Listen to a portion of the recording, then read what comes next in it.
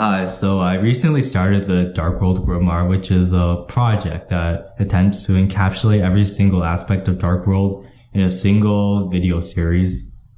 Now, that's really ambitious, right? Like, every aspect. And it does have a major flaw, which I noticed, which is that a lot of cards are just too simple or too niche to fit into an 8-minute video about just that card or engine. So I decided to make the second sub-series where I just ramble about the card for a minute or two, and then you guys can know about the card, but I don't have to put so much effort in. And then I can put up like 2 videos a week, or maybe even 3 if you guys are really interested. If you guys are really interested in that.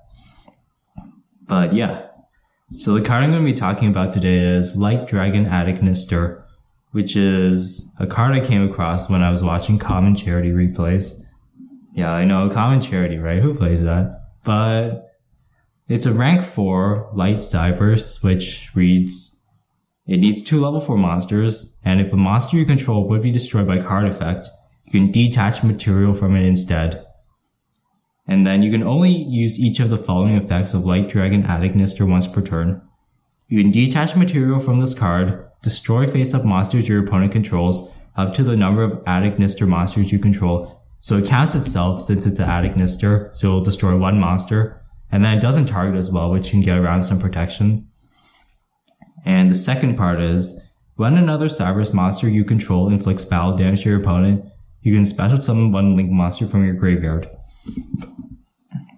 So this is a very useful card when you're playing against a deck that relies on destruction effects to interact with you, since if they let you put a Chupacabra and a Mothman on the field, they might expect a Link 2 or something which they can destroy. So if you overlay into this, then they won't be able to destroy it anymore unless they use 2 destruction, or 3 even, to get it off the field. And then they'll be able to destroy one of their monsters without targeting it.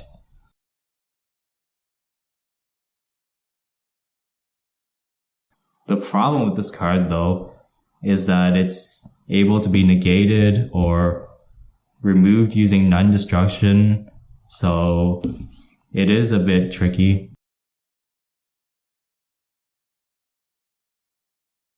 But I do think it's better than the Dark Charmer if you're making it with 2 level 4s, since it'll deal with their board, and it's also pretty hard to remove. So yeah, I think this card is a solid going second tool. I'm not sure if it's worth the extra deck space since there's so many ways to get around it for the opponent, but I do think it's worth some consideration.